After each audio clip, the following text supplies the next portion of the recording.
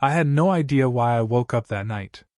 No sounds, no nightmares, no reason at all, just a sudden awareness, a jolt in my chest, like something had shifted in the universe while I was unconscious. Emily wasn't in bed. The sheets on her side were cold. I turned my head toward the dim glow seeping under the bedroom door. The soft hum of voices, low, muffled. It was 2:47 a.m. At first, I thought she was watching TV in the living room, but then I noticed it, the way the light moved. Not static, flickering, a phone screen. I sat up, silent, and listened. A laugh. Hers. Short, quiet, private.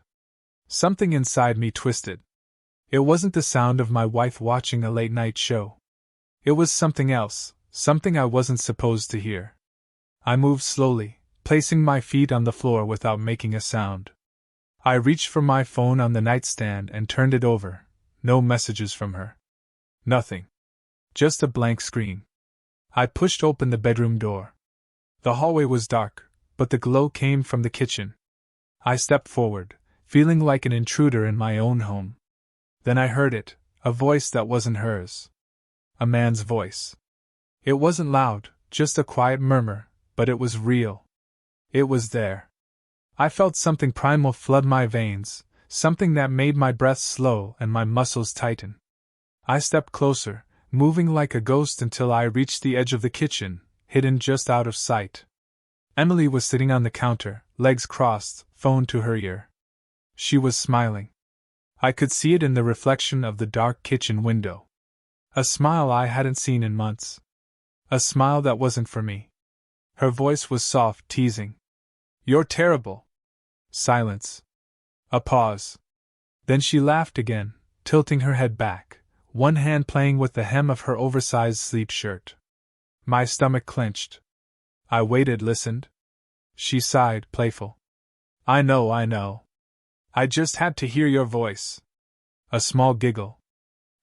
Stop. You're making me want to." She stopped mid-sentence. I watched her shoulders stiffen. She turned her head slightly, eyes catching something, my reflection. The moment our eyes met in the dark glass, everything changed. Her body jerked, her grip tightening around the phone as if she could physically crush the evidence in her palm. She didn't hang up immediately. That was the part that killed me. She hesitated. A full second of hesitation. A second too long.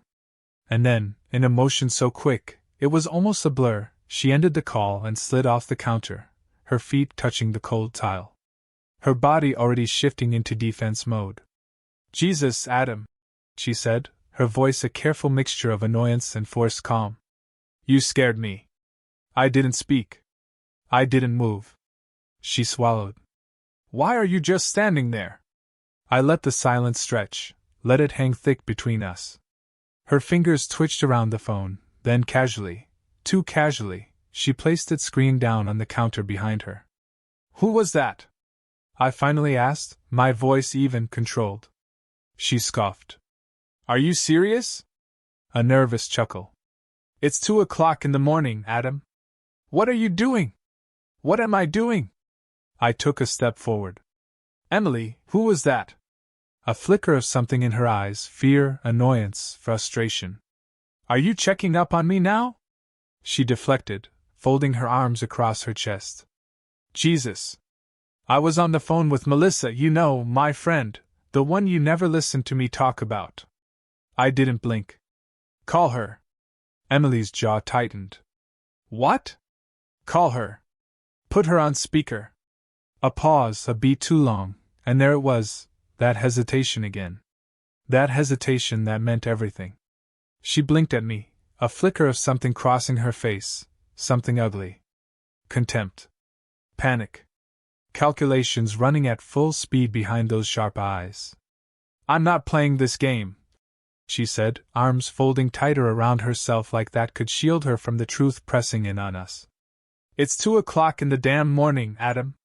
You're creeping around the house like a psychopath, eavesdropping on me, demanding I wake up my friend just to prove something to you. Jesus." She turned away, reaching for the phone she had placed face down on the counter. But I was faster. My hand slammed down on it first, fingers closing around the smooth glass before she could snatch it back. The way she froze, I'll never forget that. A split-second paralysis, muscles locking up, a breath catching in her throat. And then, just like that, she snapped into fight mode. "Are you serious?" she hissed, yanking at my grip, but I didn't let go.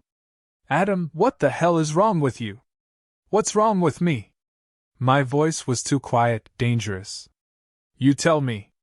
"I already did," she practically shouted, throwing her hands up, her whole body crackling with anger now. "I was on the phone with Melissa, you lunatic. You're making a huge freaking deal out of nothing." I stared at her, just stared. Because now I was sure. People don't react like this when they're innocent. They don't freeze like prey when you grab their phone. They don't hesitate when you ask them to call their friend. They don't turn defensive. They don't go on the attack. They don't try to flip the script and make you the bad guy for daring to ask a question. My fingers tightened around the phone. She saw it, and she snapped.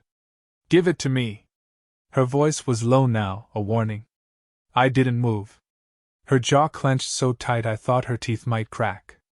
"Adam, I swear to God." "You swear to God?" I let out a sharp laugh.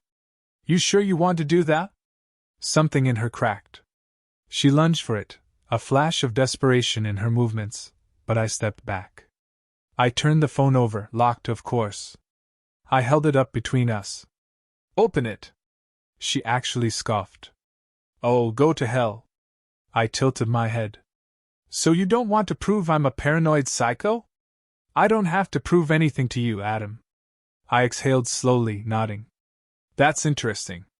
And then, before she could react, I took 3 steps back and held the phone up to her face.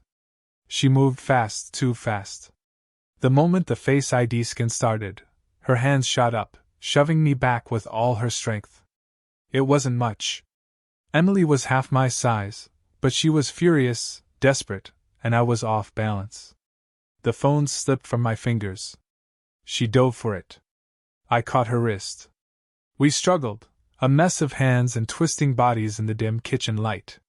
Shadows stretching like warping figures on the floor as she fought with everything she had to stop me from seeing what she already knew would destroy me.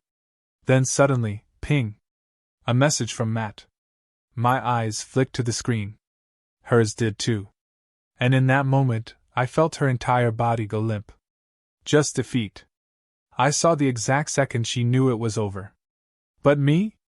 I wasn't feeling merciful. So I reached down, snatched up the phone, and read the message out loud. "That was close. Did he hear?"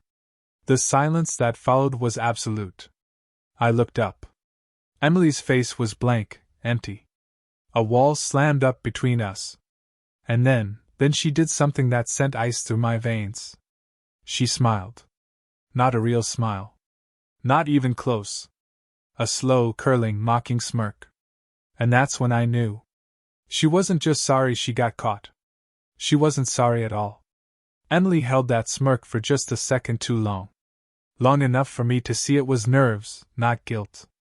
It was something much darker, contempt. Confidence. Amusement. I stood there, gripping her phone, my heartbeat pounding in my ears, trying to make sense of the woman in front of me. The woman I had known for over a decade. The woman who was now looking at me like I was the fool, forever thinking she was mine. She tilted her head slightly, studying me. Then she let out the smallest chuckle, soft and almost pitying. "Oh, Adam," she murmured, crossing her arms. "You really should have left this alone." I felt something sharp twist in my chest, something between rage and disbelief. "That's all you have to say?" I asked, my voice dangerously calm. "I catch you sneaking around at 2 in the morning, I read that." I held up the phone, shaking it slightly. "And you act like I'm the problem?" She exhaled through her nose, almost bored. "What do you want me to say?" "I want you to tell me the truth," I demanded. She laughed, actually laughed. "The truth?" she repeated, amused. "The truth is you've already made up your mind, Adam. You think I'm cheating. You think I'm some lying, scheming, evil wife who's been sneaking around behind your back. So what's the point? If I say it's not what it looks like, you won't believe me. If I admit to something, you'll hate me. Either way, we're here." She gestured between us. "So really, what's the point?" I stared at her, my pulse hammering. She wasn't denying it. She wasn't even trying. A slow, sickening realization settled over me. She had never been planning to. I felt something inside me crack open, a dam breaking, a flood of something raw and bitter and violent rushing through me all at once.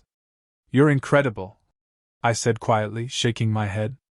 Emily smirked again. "I know," she said, almost smug. I let out a humorless laugh, my hand tightening around her phone. "Adam," she said, her tone changing slightly cautious. "Give me my phone." "No." Her jaw tensed. "Adam," I said, turning the screen back on.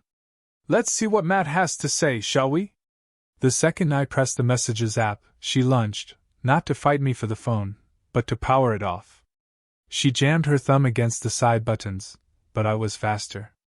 I yanked it away and turned my back. My own fingers flew over the screen, her messages opening in an instant. My entire world collapsed. Messages. Hundreds of them. Weeks' worth, maybe months. Pictures. Videos. Everything. There wasn't even a single second of doubt left. Emily stood behind me, silent, waiting. I could feel her eyes on my back, not nervous, not guilty. Just waiting to see how I would react. I scrolled, my breath turning shallow, the blood rushing in my ears, making it hard to think. Every line I read was another knife in my gut. "Matt, wish you were here right now. Last night wasn't enough. Emily, I know, but he's home. I have to be careful. Matt, you worry too much. He has no clue." And then, just days ago. "Emily, I can't keep lying to him forever. Eventually he's going to figure it out, Matt. Then leave him." I stopped. Everything in me stopped. The room felt smaller, suffocating, closing in on me. I turned slowly, gripping the phone so hard my fingers ached. "You were planning to leave me?" I said. It wasn't a question, it was just a fact. Right there, in black and white. Emily watched me, something unreadable in her eyes. Then, after a long pause, she admitted, "Yeah." No hesitation. No regret. Just a simple, cold, "Yeah." I felt something inside me snap. I had spent weeks, months, years thinking. Maybe I was crazy. Maybe I was overthinking. Maybe I was imagining the distance between us. But no. She had never planned to stay. She had never planned to choose me. I exhaled slowly, my vision sharpening, everything becoming painfully, brutally clear. I wasn't about to let her control the narrative, not anymore. I stepped forward, watching as she instinctively took a step back. Then I held out the phone. "Go ahead," I said. "Call him, Emily. Call Matt." "What?" "Call him," I said louder this time. "Right now. Let's see what he thinks about all this." She didn't move. I laughed bitterly. "Come on, Emily. You weren't scared to whisper sweet nothings to him all night. What's the problem now?" Her hands curled into fists. "Adam," she said. "What?" I snapped. "Afraid he won't answer? Afraid he'll hang up? Or are you afraid that maybe, just maybe, you mean nothing to him, the same way I suddenly mean nothing to you?" Something flickered in her expression. For the first time, I saw it. Doubt. A small, almost invisible crack in her confidence. And that's when I knew I wasn't the only one being played. And she knew it too. Emily didn't move, didn't blink, didn't reach for the phone. And that hesitation, that was what sealed it. For all her arrogance, all her smirking, all her blatant disrespect, she didn't want to call him, not because of me, because of him. I saw it now. The flicker of uncertainty. The way her fingers twitched slightly, like she was calculating something she hadn't expected to deal with. I stepped closer, pressing the phone into her palm. "Go on," I said, my voice low. Call him. Put it on speaker. Emily swallowed, but still didn't move. I tilted my head. You were just giggling on the phone with him 5 minutes ago. What's changed? Nothing. No movement. No sound. The silence between us stretched so tight, I could hear my own heartbeat. Then, finally, she exhaled sharply, grabbed the phone from my hand, and stormed toward the living room. I followed. She tapped the screen aggressively, scrolling through her messages. Every movement sharp, irritated, like I was the one being unreasonable. Fine, she snapped. You want to hear his voice? You want to see how wrong you are? Jesus, Adam, you're so desperate to make yourself the victim, you don't even realize how pathetic you sound. She hit the call button. The line rang once, twice, 3 times. And then, the number you have dialed is no longer in service. The words hit the room like a gunshot. I blinked. Emily stared at the screen, her breath halting just for a second, a fraction of a second. If I hadn't been watching her so closely, I would have missed it. But I didn't miss it. And suddenly, every single thing fell into place. Matt wasn't answering. Matt wasn't even an option. Because Matt was already gone. I took a slow step forward, watching the color drain from her face as she redialed. Same result again. Same result. She lowered the phone. I exhaled a slow, humorless chuckle. Wow. Emily clenched her jaw, still staring at the screen like she could will it to change. You know, I continued, my voice dangerously calm. I expected a lot of things tonight. But this. I gestured toward her phone. This is just sad. She inhaled sharply through her nose, finally meeting my gaze. But that cocky, smug attitude she had earlier? It was gone. You had no backup plan. I murmured, studying her like she was a puzzle I had just solved. Did you? Her lips pressed together tight and thin. I took another step forward. Matt dumped you. No reaction. I smiled coldly. That's why you're still here. That's why you're standing in this house feeding me lies, pretending like you had control over this situation. Because if he hadn't blocked your number tonight, if he had answered instead of vanishing. I tilted my head. You wouldn't be here right now, would you? A muscle in her jaw twitched. That was all the confirmation I needed. I let out a low laugh, running a hand down my face. You weren't trying to decide whether to leave me. You were just waiting to see if he wanted you enough. Emily's nostrils flared. You don't know what you're talking about. Don't I? Silence. I let the moment stretch, let her stew in it, let her feel the weight of the truth pressing down on her. Then finally I stepped back, shaking my head. You're pathetic, I muttered. That got to her. I saw it. Her lips parted slightly, her body tensing like she was ready to unleash hell, but for once, she had nothing because I had taken every single ounce of power away from her. I turned around, walking toward the bedroom. I'll send you the divorce papers in the morning. And behind me? Nothing. Not a single word. Not an apology. Not a plea. Just silence. Because for the first time in her life, Emily had nothing left to say. I barely slept that night. Not because I was heartbroken. Not in the way you'd expect, at least. No. The moment I saw that look on Emily's face when Matt's number disconnected, something inside me shifted. The grief, the pain, the confusion, it all got swallowed by something bigger, something colder, clarity. Emily wasn't some tragic, misguided woman who had accidentally fallen into an affair. She wasn't wrestling with guilt. She wasn't tormented over her choices. She was playing a game. A calculated, selfish game. And she lost. When the sun finally rose, I found her in the kitchen, sitting at the counter, her eyes staring at nothing. She hadn't even gone to bed.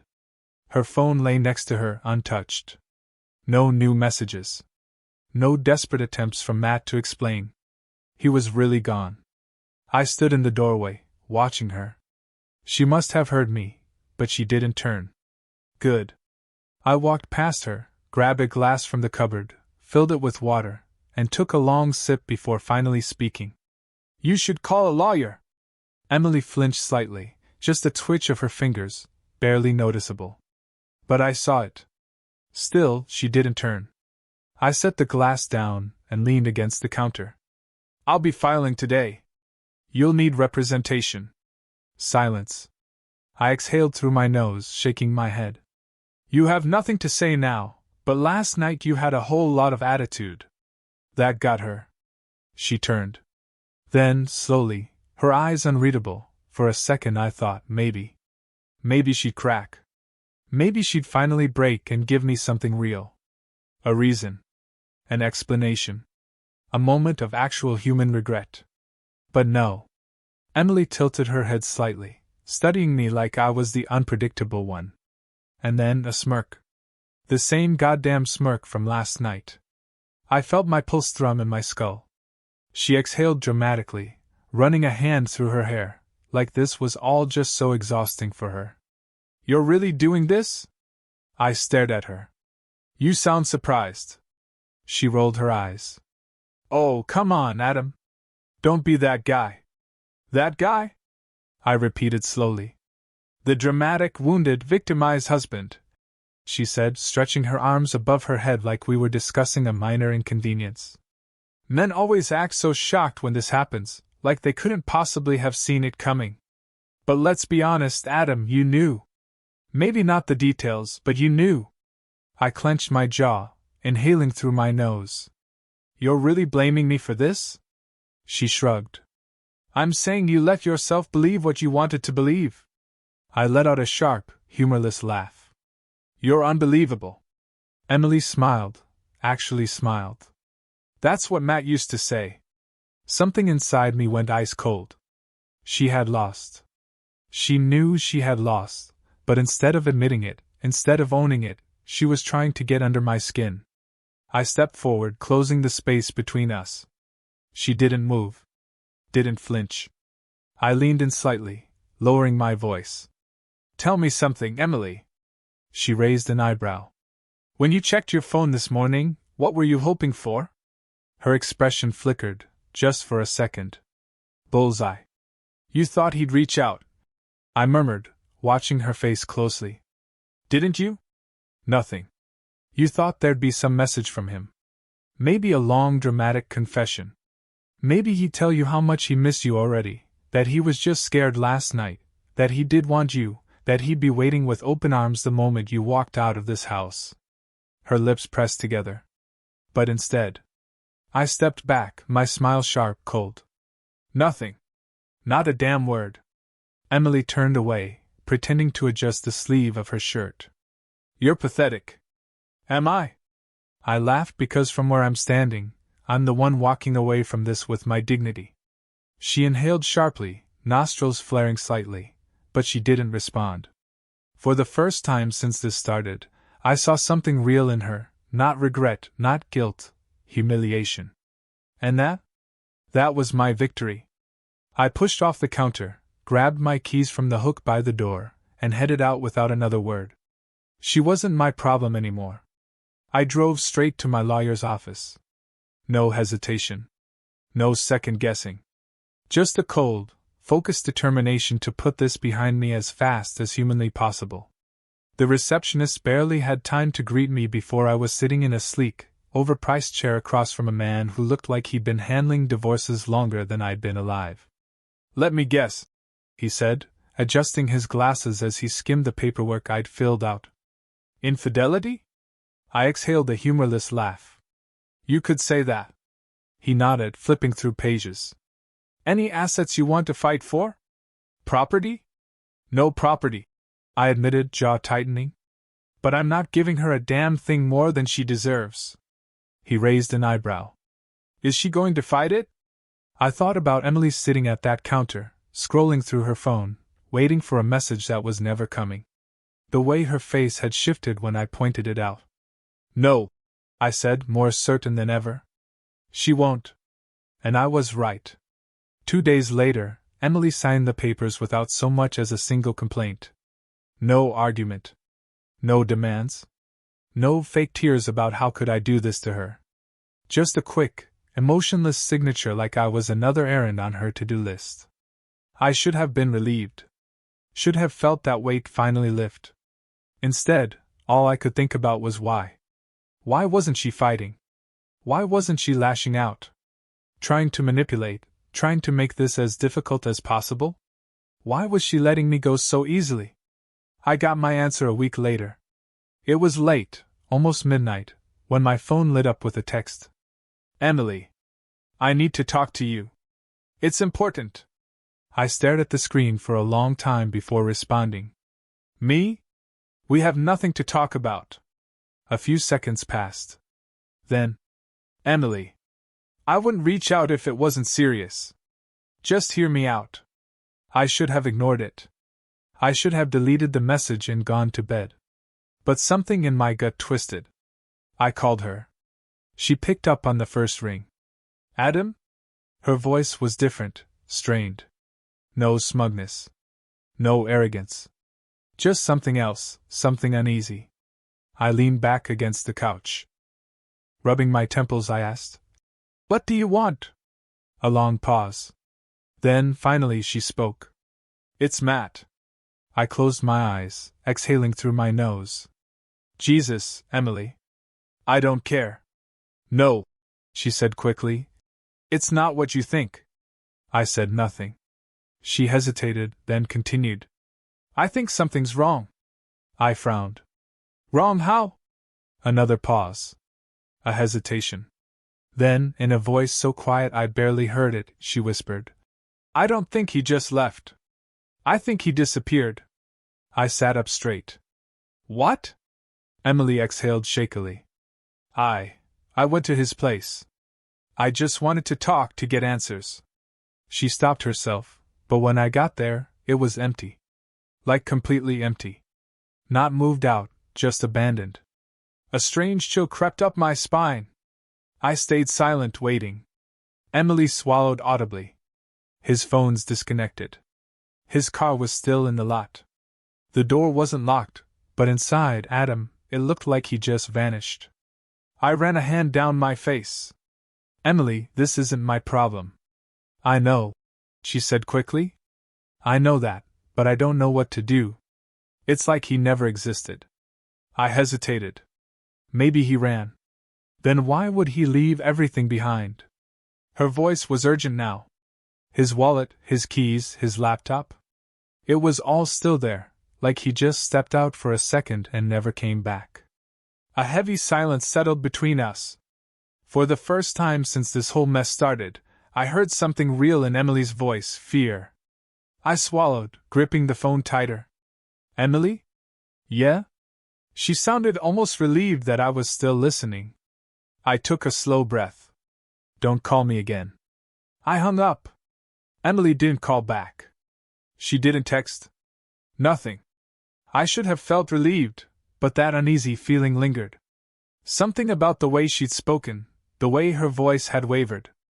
Emily wasn't a woman who got scared easily. She was calculated, controlled, and yet, for the first time, she sounded genuinely shaken. And the worst part? I believed her. Matt was gone. Not just ignoring her. Not just ghosting her. Gone. But it wasn't my problem. I forced myself to move on: work, gym, sleep, routine, order. I wouldn't let Emily drag me back into her mess. Then, 3 days later, I saw her car parked outside my apartment. I almost kept walking. Almost pretended I didn't see her. But something made me stop. Maybe it was the way she was sitting, slumped forward, hands gripping the steering wheel like she was holding herself together. I knocked on the window. She jumped, turning sharply, eyes wide. She looked exhausted, no makeup, dark circles under her eyes. I frowned. "What the hell are you doing here?" She hesitated before rolling down the window. I didn't know where else to go. I exhaled sharply. "Emily, we divorced. You don't get to show up at my place like this." She nodded quickly, like she already knew that. I know, but I need you to listen." I crossed my arms. "You have 5 minutes." Emily bit her lip, staring straight ahead. "I went to the police." That caught me off guard. What about Matt? She clarified, her voice quieter now. I told them everything, that he disappeared, that his apartment was abandoned, that his phone was disconnected. I narrowed my eyes. She let out a slow breath. They didn't care. I scoffed. What do you mean they didn't care?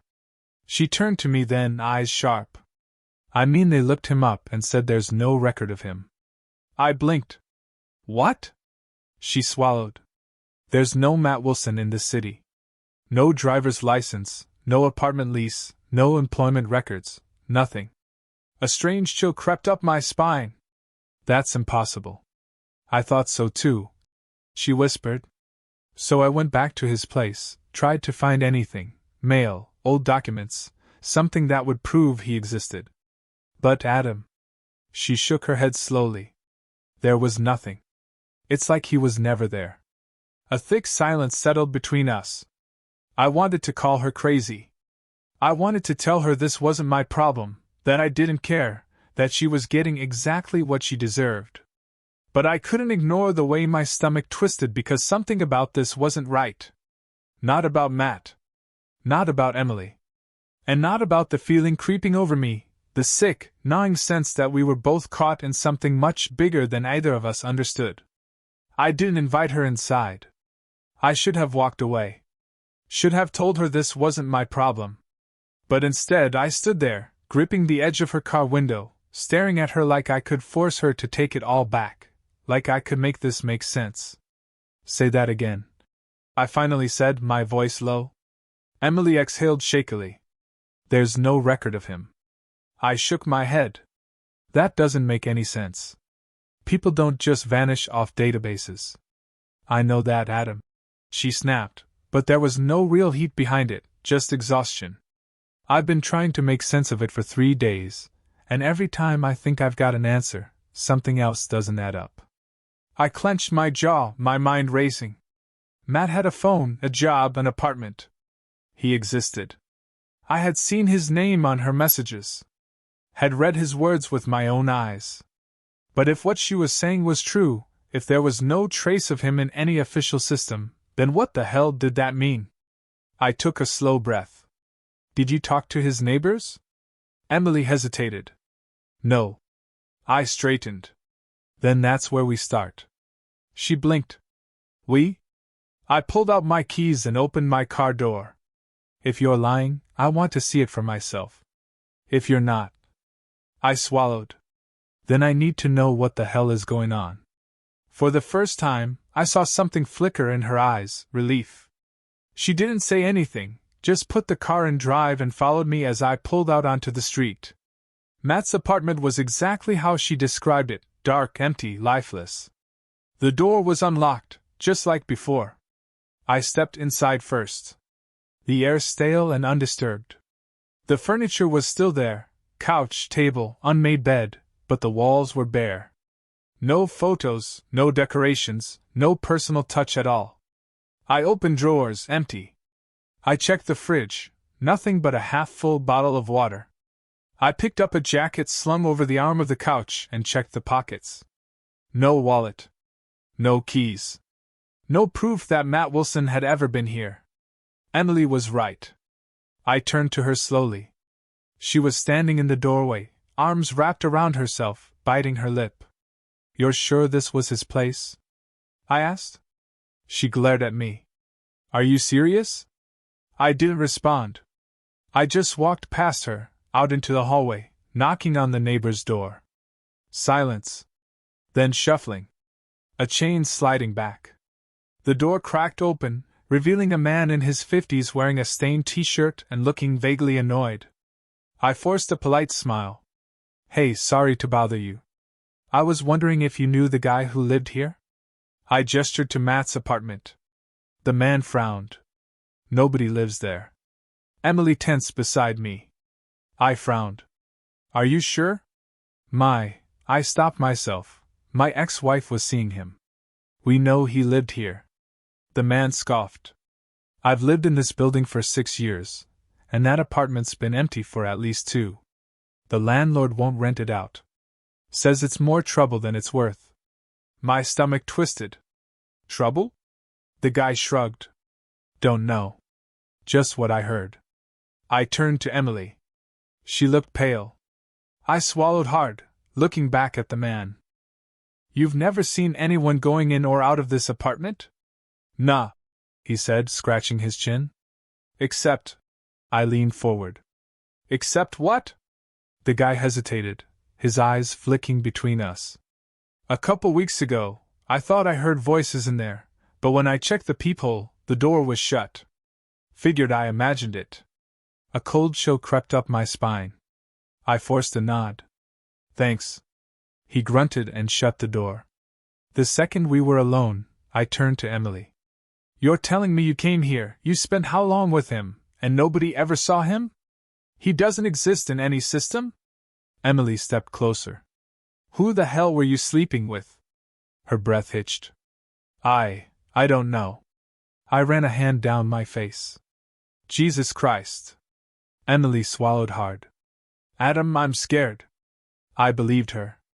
For the first time since this started, since the lies, since the betrayal, Emily looked truly, deeply afraid. And so was I. We left Matt's apartment in silence.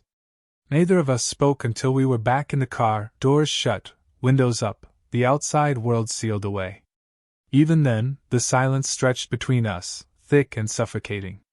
I started the engine, but my hands just sat on the wheel. I couldn't bring myself to drive.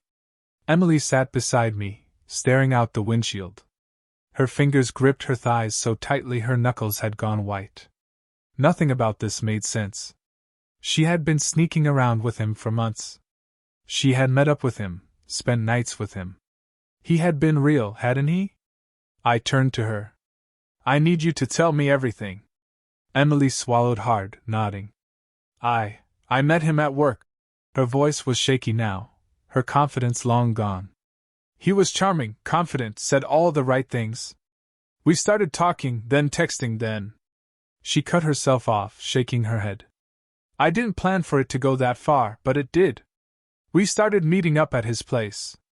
Always his place. I clenched my jaw but didn't interrupt. Emily let out a shaky breath. I never questioned it. He had clothes there. Furniture. It felt lived in. But looking back. She hesitated, eyes flicking to me. There were no photos. No personal stuff. I should have noticed that. My stomach twisted. No photos. No proof of him anywhere. I forced myself to stay calm. When was the last time you saw him? Emily bit her lip, thinking. The night you caught me on the phone. We'd met up earlier that evening, and when I left, he told me to call him later. So I did, and he sounded normal. She hesitated. Yeah, normal. But what? I narrowed my eyes. She swallowed. When I was leaving, he said something weird. Something he'd never said before. I waited. He said, "Don't come back unless I tell you to." A chill ran down my spine.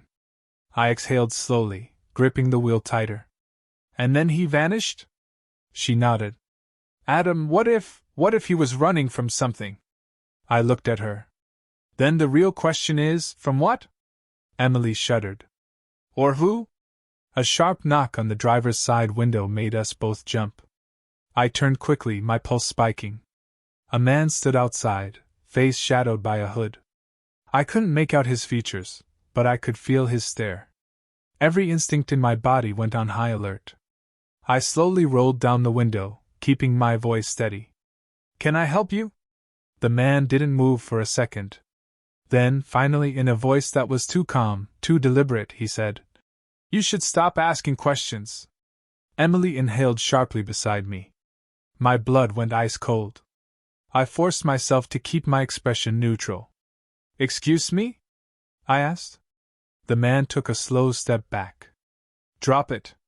Forget about him. Forget about all of this. Then, without another word, he turned and walked away, disappearing around the corner. I barely noticed Emily gripping my arm. I barely noticed my own breath slow and become unsteady. I just stared at the empty space where the man had stood because I had a sick, sinking feeling. We weren't supposed to be looking for Matt because whoever they were, they had already found him. I drove fast, aimlessly, just putting distance between us and that apartment, that man, that warning. Emily sat in the passenger seat, stiff as a corpse, gripping her own arms like she was trying to hold herself together. Neither of us spoke. Not when I pulled onto the highway, not when I switched lanes, not even when I nearly ran a red light because my mind was still replaying his words. You should stop asking questions. The worst part? That wasn't a threat. It was a warning. I pulled off the main road into a parking lot behind some 24-hour diner. Killed the engine. Sat there, breathing hard, hands clenched around the wheel. Emily broke first. Adam, she said, voice raw, shaky. What the hell is happening? I turned to her, eyes sharp. You tell me. She flinched. I don't know. You knew him. I snapped, my patience finally cracking. You were with him for months. You knew Matt. Yes, she whispered. I thought I did. The weight of that settled between us. I leaned back, rubbing my temples. So what now? Emily exhaled shakily. We forget this. Right. That's what he said. We drop it. I turned, staring at her. And that doesn't bother you? She let out a bitter laugh. Of course it bothers me, Adam. But what are we supposed to do? Go back? Ask more questions? Who even was that guy? I didn't have an answer, and I hated that. Emily shook her head. I just want to move on. I studied her carefully, the way her fingers trembled slightly, the way her lips pressed together like she was trying not to break. For the first time in months, I saw her for what she really was, not cruel, not calculating, just lost. And for the first time, I wasn't angry. I was just tired. I sighed, reaching for the keys. Then let's move on. Emily hesitated. Just like that? I nodded. Just like that. Because what other choice do we have? We left it behind that night. No more questions, no more searching, no more trying to understand something that refused to be understood. Emily packed up her things and moved out of the city. We didn't stay in touch. Months passed. Life settled. I filed away the whole mess into a dark corner of my mind, one I didn't revisit. Then, one night, an email popped up in my inbox from Emily. Subject: the truth. My pulse spiked. I hesitated, staring at it for a long time before finally clicking. One sentence. I think someone's watching me. And beneath it, a photo, blurry, taken through a rain-speckled window. A dark figure standing outside, just beyond the glow of a street lamp. Watching. Waiting. My stomach dropped because I recognized him. It was the man from that night. The one who had knocked on my window. The one who had told us to stop asking questions. But we had. We had stopped. So why was he still watching?